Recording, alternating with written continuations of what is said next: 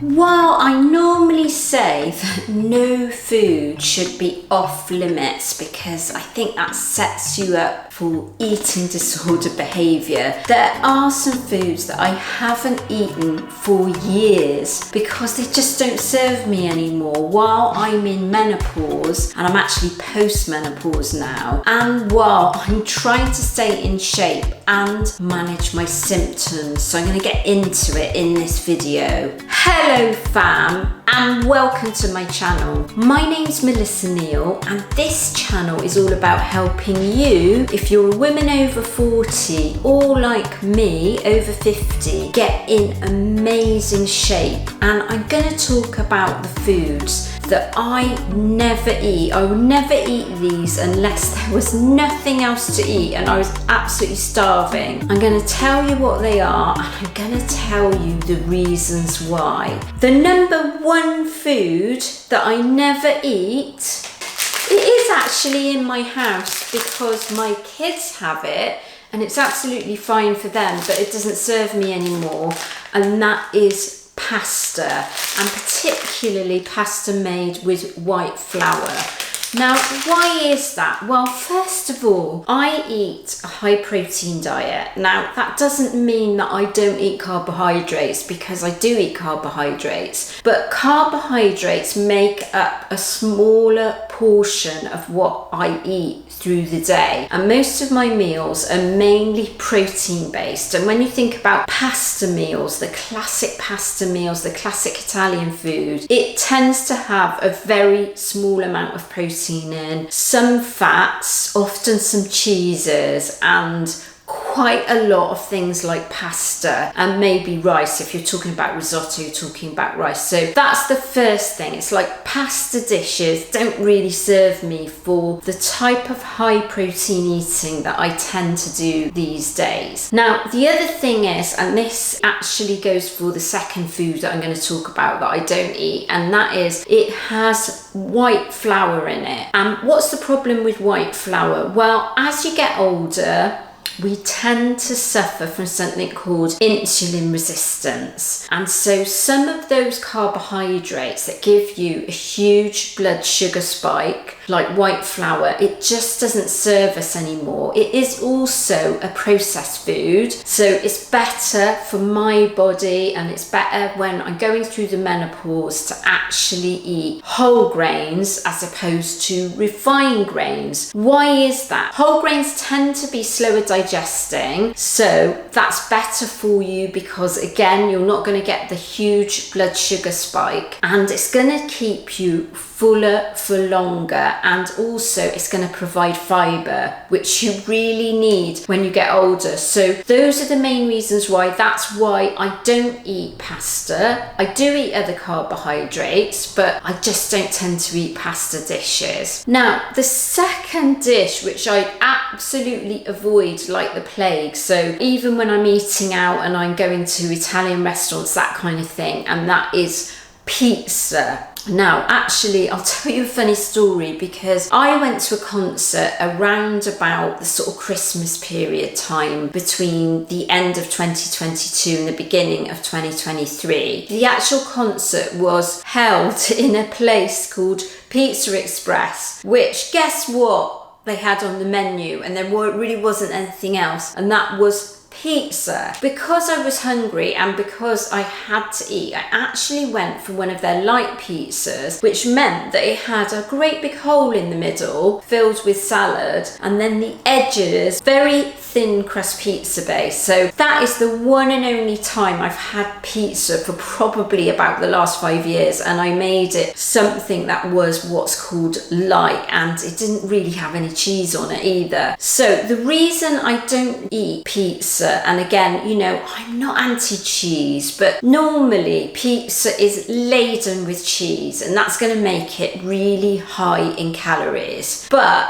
a lot of the time you're not going to feel satisfied because, again, there's not much protein, and the pizza dough base is not generally going to be whole grain, is it? If it's a traditional pizza, it's going to be white flour again, and I've explained what the problem is with white flour. So it's mainly white flour and cheese, and usually, you know, even if you get vegetable toppings, very little vegetable toppings, very little protein. And I like to have my meals where most of the meal is actually made up of protein and not made up of carbohydrates and fats. So even if I'm eating out and I find an Italian place, what I will tend to go for is something like steak. They'll normally do steak or a chicken dish instead. And I generally do not have the pizza. And, you know, pizza is not something that serves me at this time of life during menopause. And, you know, great for young people, but lots of white flour and lots of cheese does not serve me at this time of my life. And I will find if I was kind of eating out and eating that kind of stuff regularly, it's going to make me gain weight because it's going to cause a blood sugar spike. It gets harder for your body to control insulin when you're going through menopause. There is actually a book that I would highly recommend that talks about insulin resistance quite a lot throughout the book. It's a really good book. It's by Benjamin Bickman and it's called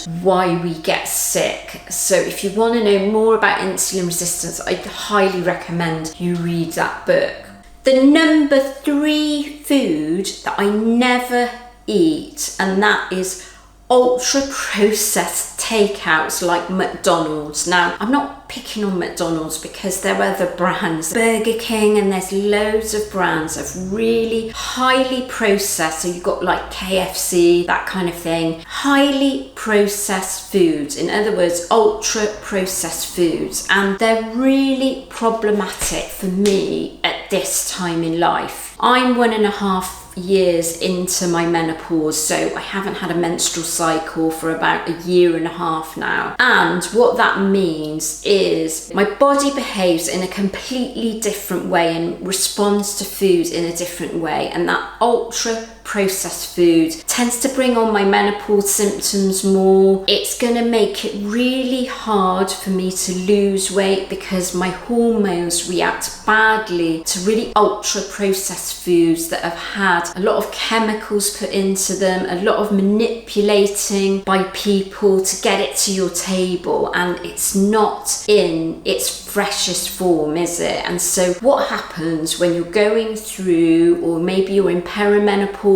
menopause, is your body just doesn't respond to food like that really well. And so when you're younger, what people kind of say to you, the weight loss gurus, it doesn't matter what you eat as long as you're in a calorie deficit. But as you get older, it actually really does matter around the time of menopause, and you can find your weight loss is actually stalling, and some foods in particular, and that those ultra processed takeouts are one that really do not do you any favors. And in actual fact, because I want to be really healthy, I don't want to put that food into my body because I want longevity. I want to have a really high quality of life and a really long life and live it well, and those kinds of foods really prevent you from doing that. They're going to cause all sorts of diseases in your body and they just don't do you any favors. So I don't eat them anymore. Now, my number 4 food is technically not a food, it's drink, and it's alcohol. And I don't drink alcohol. And again,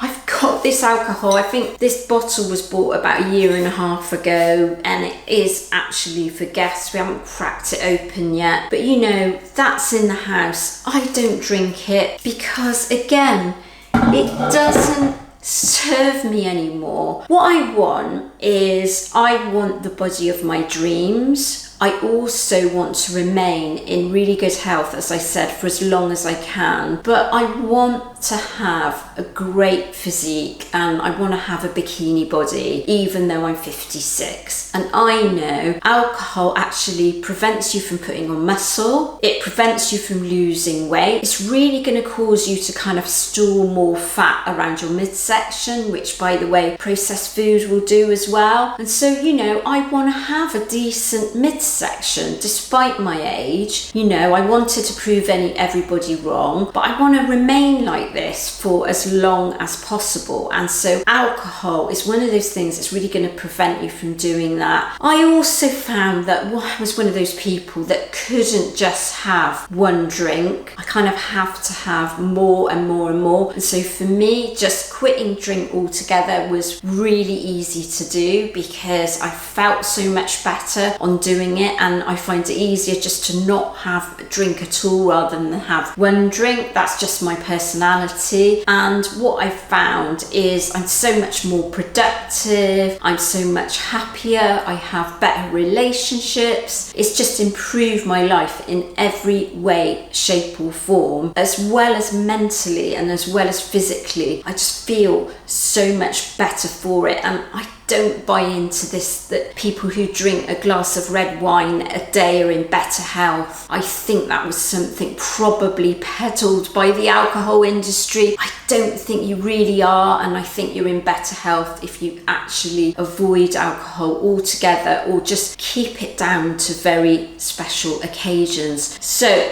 those are the 4 foods and 1 drink that I absolutely do not eat if I can possibly help it. Look out for another video for the foods that I actually include into my daily routine every single day that I absolutely love, and they help me to get towards my goal and they actually help me feel better.